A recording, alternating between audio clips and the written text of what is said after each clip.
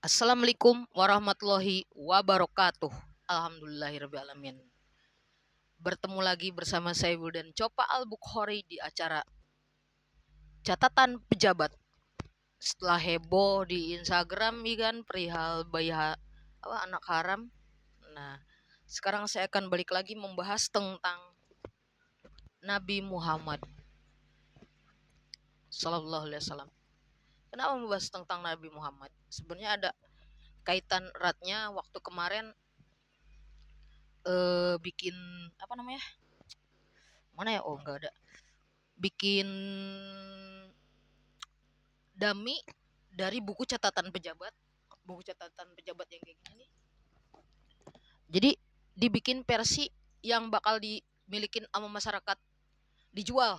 Jadi dijual tapi dengan desain khusus, dan di situ diceritakan bahwa dalam konten catatan pejabat ini gak cuman membahas tentang hal-hal yang berbau Islami, membahas hal-hal berbau kebudayaan Indonesia, sejarah, literasi, ya kan, termasuk hal yang mistis. Nah, dalam hal yang mistis, terus ngasih pertanyaan kayak question gitu, gimana pendapat kalian tentang hal-hal mistis yang terjadi di Indonesia, ya kan?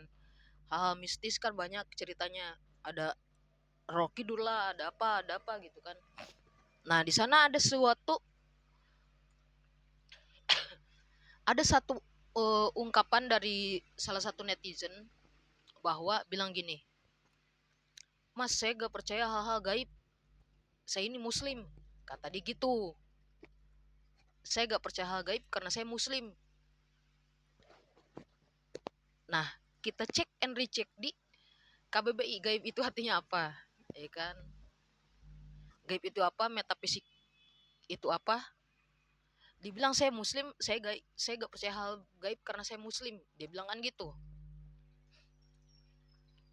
Kenyataannya, gaib itu secara garis besar kan berarti tidak nampak, tidak terlihat. Bener gak sih? Kalau salah bisa dikoreksi.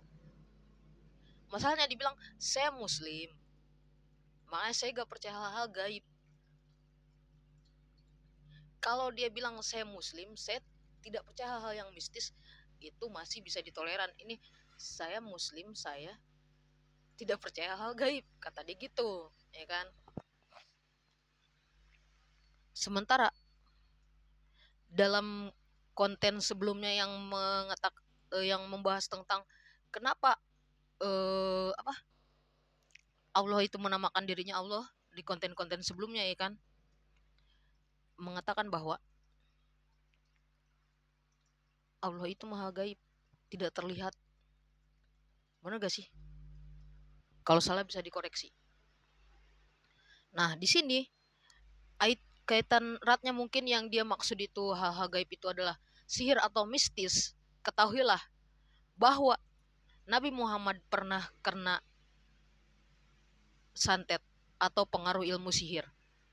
Makanya diturunkanlah surat Al-Falaq. Benar gak sih? Karena gue takut salah lagi, mohon dikoreksi. Dan ini cerita tentang salah satunya Nabi Muhammad ketika pada saat itu kena ilmu sihir dari seorang penyihir bernama Labib, ya kan. Mari kita bahas. Ini udah dicatat-catat, kemarin dicatatin, karena kemarin kan minggu kemarin tuh gak bikin konten karena sakit. Nah, ini dicatatin. Nah, ini dia. Nabi pun kena sihir. Maka mereka mempelajari dari kedua malaikat itu apa yang dengan sihir itu mereka dapat menceraikan seorang suami dan istri. Surat Al-Baqarah ayat 102. Nah, dalam surat Al-Baqarah ayat 102 dikatakan bahwa ada sihir yang dapat membuat suami istri cerai, ya kan. Maka mereka mempelajari dari kedua malaikat itu apa yang dengan sihir itu mereka dapat menceraikan seorang suami dan istri. Tuh, firman Allah di atas menjadi salah satu dalil bahwa sihir itu benar-benar ada dan nyata. Sama seperti perkara gaib lainnya. Sebagaimana diketahui, sihir adalah upaya yang dilakukan manusia dengan meminta pertolongan kepada setan untuk mencelakai orang lain, ya kan? Ayat di atas mencontohkan bahwa sihir bisa membuat sepasang suami istri bercerai. Praktek sihir sudah berlangsung ribuan tahun lalu. Kebencian dan sakit hati biasanya menjadi alasan mengapa seseorang mengirim sihir untuk mencelakai korbannya. Bervariasi, ada untuk mencelakai korbannya bervariasi. Ada yang menggunakan rambut calon korbannya, baju, gambar, dan lain-lain. Sihir bisa menyasar siapa saja, termasuk Nabi Muhammad SAW. Nih,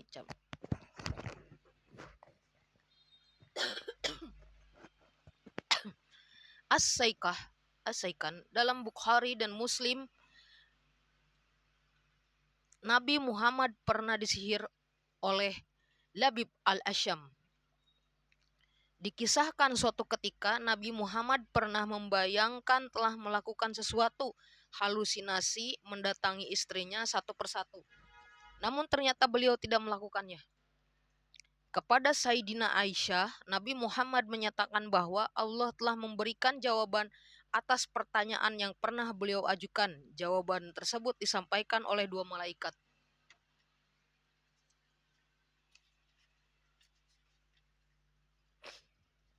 Aku kedatangan dua lelaki, salah seorang duduk di sisi kepalaku, seorang lain duduk di sisi kakiku, kata Nabi Muhammad kepada Aisyah.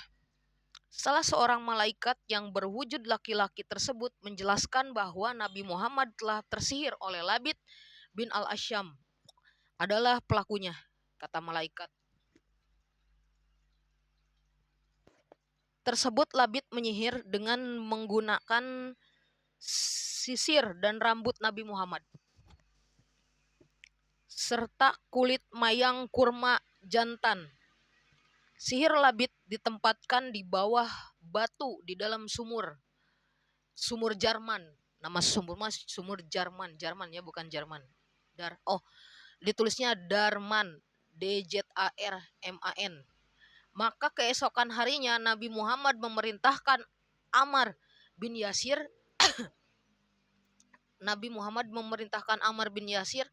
dan beberapa sahabatnya untuk mendatangi sumur Darman. Mereka mendapati air dalam sumur Darman berwarna merah kecoklatan, seperti perasan daun pacar, sementara kepala mayang seperti kepala setan. Satu riwayat menyebutkan bahwa gulungan sihir tersebut dibiarkan dalam sumur. Nabi Muhammad tidak meminta mengangkatnya karena Allah telah menyembuhkannya.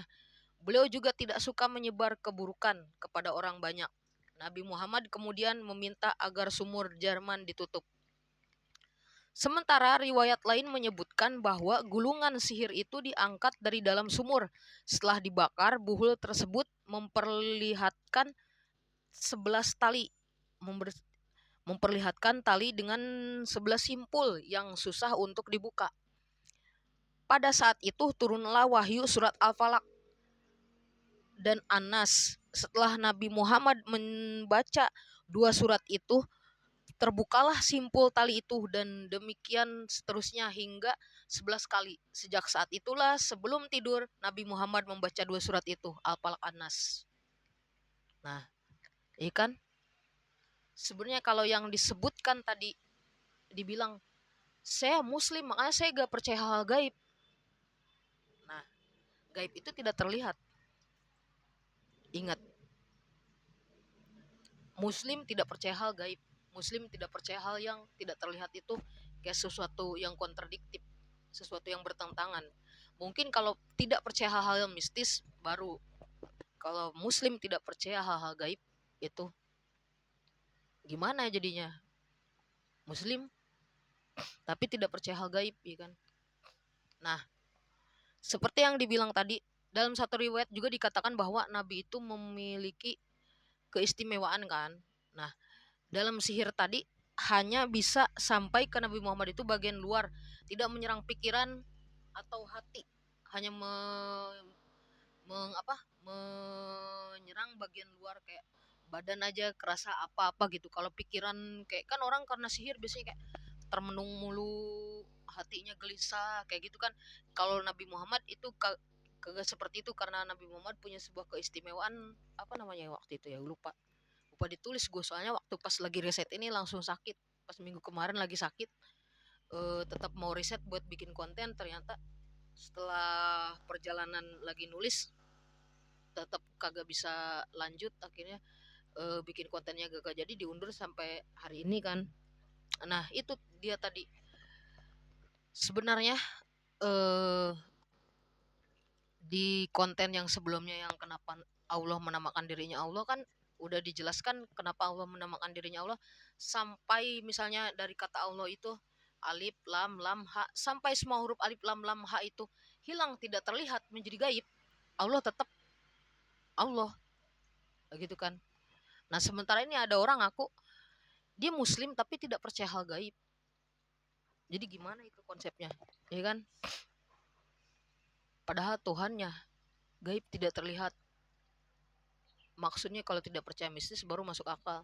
Dan hal-hal mistis seperti sihir itu udah ada dari dulu. Sejarahnya turunnya surat Al-Falaq itu karena Nabi Muhammad kena sihir Labid bin Al-Sam tadi, ya kan? Nah, cukupkan sekian dari gua. Semoga konten gua ini bermanfaat. Jika ada manfaatnya itu adalah hidayah dari Allah Subhanahu wa taala. Jika ada kekurangannya itu murni dari karena kesalahan gua. Cukup sekian dari gua. Jangan lupa tungguin karya terbaru dari gua, Kuda Nungging Membelah Jakarta, sama merchandise notebooks edisi spesial, catatan pejabat edisi spesial, ya kan? Nusantara, Pasundan, Pajajaran. Cukupkan sekian dari gua. Wassalamualaikum warahmatullahi wabarakatuh.